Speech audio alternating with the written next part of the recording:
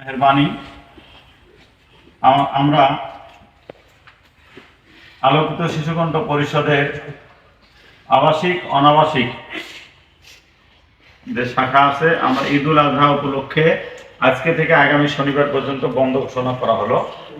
এই বন্ধের মধ্যে আপনারা যারা আপনাদের ছাত্রদের যেটা করণীয়, সেটি হলো, একটা ছাত্রর করণীয় হলো মাদ্রাসায় যে চালচলন দেখাইছেন আমাদের সামনে, তাহলে এই চালচলনটা দেখা লাগবে আপনাদের বাড়িতেও, আত্মীয়র বাড়িতেও, সর্ব অবস্থায়।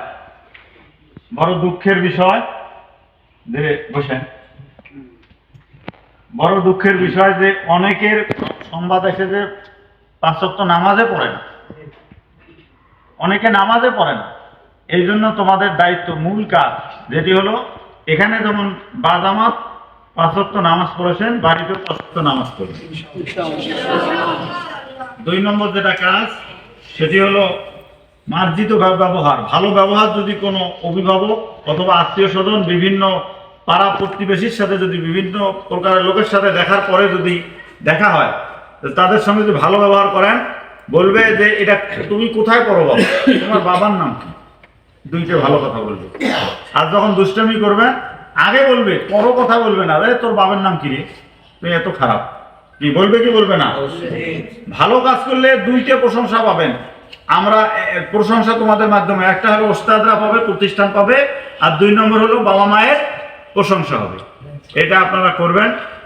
আল্লাহ যেন তোমাদেরকে সকলকে মার্জিত ব্যবহার করে সুন্দরভাবে বাড়িতে থেকে আবার নতুন করে আমাদের এই আলোকিত শিশুকণ্ঠ পরিষদের আবাসিক বিভাগে আসার তৌফিক দান করে।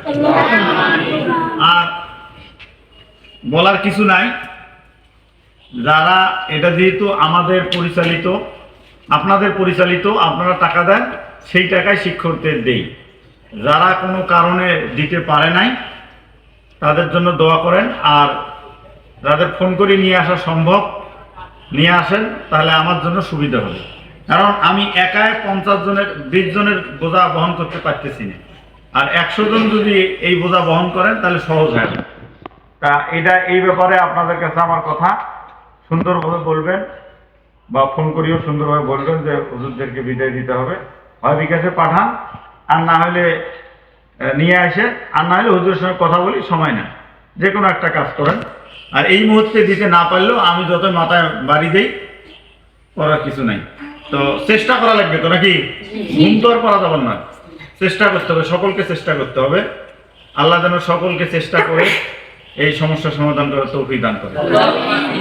আমি শিক্ষকদের উদ্দেশ্যে যেটা বলবো, শিক্ষকেরা আমার আসাতায়ে কেরাম যারা আছেন, তারা কঠোর পরিশ্রম করেন।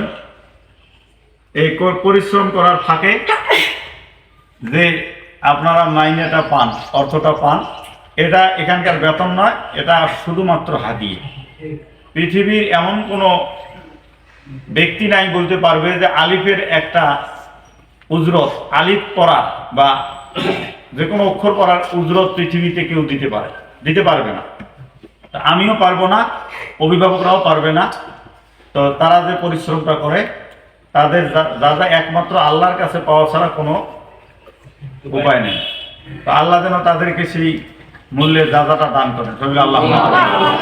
আমি আর আজকে বেশি দীর্ঘক্ষণ কথা বলবো না, এই জন্যে যেহেতু আমরা শিক্ষকদের নিয়ে বলবো, আমাদের মেলা আলাপ আলোচনা আছে, বেতনাদির বিষয় আছে। যারা বেতন নিয়ে আসবেন আজকে দিলে আমার জন্য ইনশাল্লাহ উপকার হবে, শিক্ষকদের উপকার হবে। তো আমি যে কথাটা বললাম আপনাদেরকে উদ্দেশ্যে, যে আপনারা বাড়িতে যায় বাজামাত নামাজ পড়বেন এবং মার্জিত ব্যবহার করবেন, এবং আলোকিত সুনাম আপনাদের মাধ্যমে যেন আমি শুনতে পাই, এটা আপনাদের কাছে আমার নির্দেশনা। আল্লাহ যেন আমার আপনাদের এই কথাগুলো, যে কথাগুলো বললাম, এগুলো সকলকে পুঙ্খানুপুঙ্খানুরূপে পালন করা তৌফিক দান করেন। আরেকটা মূল্যবান কথা, আমি আবাসিকের ভিতরে কোনো এলোমেলো জিনিস দেখলেই এটা কিন্তু আমি পরে বিচার করি। কোনো কিছু যেন এলোমেলো না থাকে, যার যার যে বেড সুন্দর করে গোছে বেঁধে রাখবেন, প্লেট বাইরে থাকবে না, প্রাণ খোলা থাকবে না, কোনো কিছুই, যার ট্রাঙের চাবি নাই সে ট্রাং আর ঘুরি আসি পাবেন না, কোনো মাল সামানা পাবেন না। কারণ খোলা থুয়ে যাবেন আর বলবেন এটা হারাইছে ওটা হারাইছে, এটা হয়েছে ওটা হয়েছে, বাঁধি থুয়ে যাবেন না মাল সামানা আর বলবেন হারে গেছে, এটা করা যাবে না। আর হুজুর যেভাবে নির্দেশনা দেয়, আমরা ওই রিপোর্ট ফর্ম আমি বিতরণ করব না, হুজুরে বিতরণ করবে। যার যার যে মাল সামানা আছে এগুলো সঠিকভাবে দেখে হুজুরের দায়িত্বে এখানে বিতরণ করবে। আর পরবর্তীতে আমি হুজুরের কাছে মানে শুনবো যে কি হলো না হলো।